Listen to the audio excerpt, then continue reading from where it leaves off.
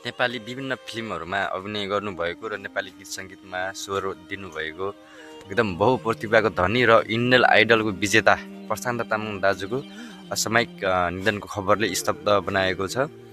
हुन त अब मान्छे मर्नु जन्मनु भनेको प्रकृतिको नियम नै हो। हामी यसमा अब दुःखी भएर पनि के नै गर्न सक्छौँ र तैपनि एउटा बहुचर्चित व्यक्तित्वको आज दुःखद तरिकाले अन्त्य भएको छ। उहाँको चाहिँ हृदयघातको कारणले निधन भएको छ। यो खबरले एकदम दुःखी मर्माहत बनाएको छ।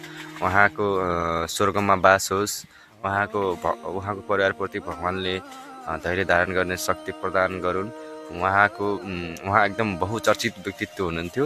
उहाँ सधैँ हामी नेपालीको मनमा बस्नुहुनेछ। उनलाई हामी नेपालीले कहिले बिर्सिने छैनन्। उहाँ प्रशान्त दाजुको असामयिक निधनले हामी सबैलाई दुखित बनाएको छ।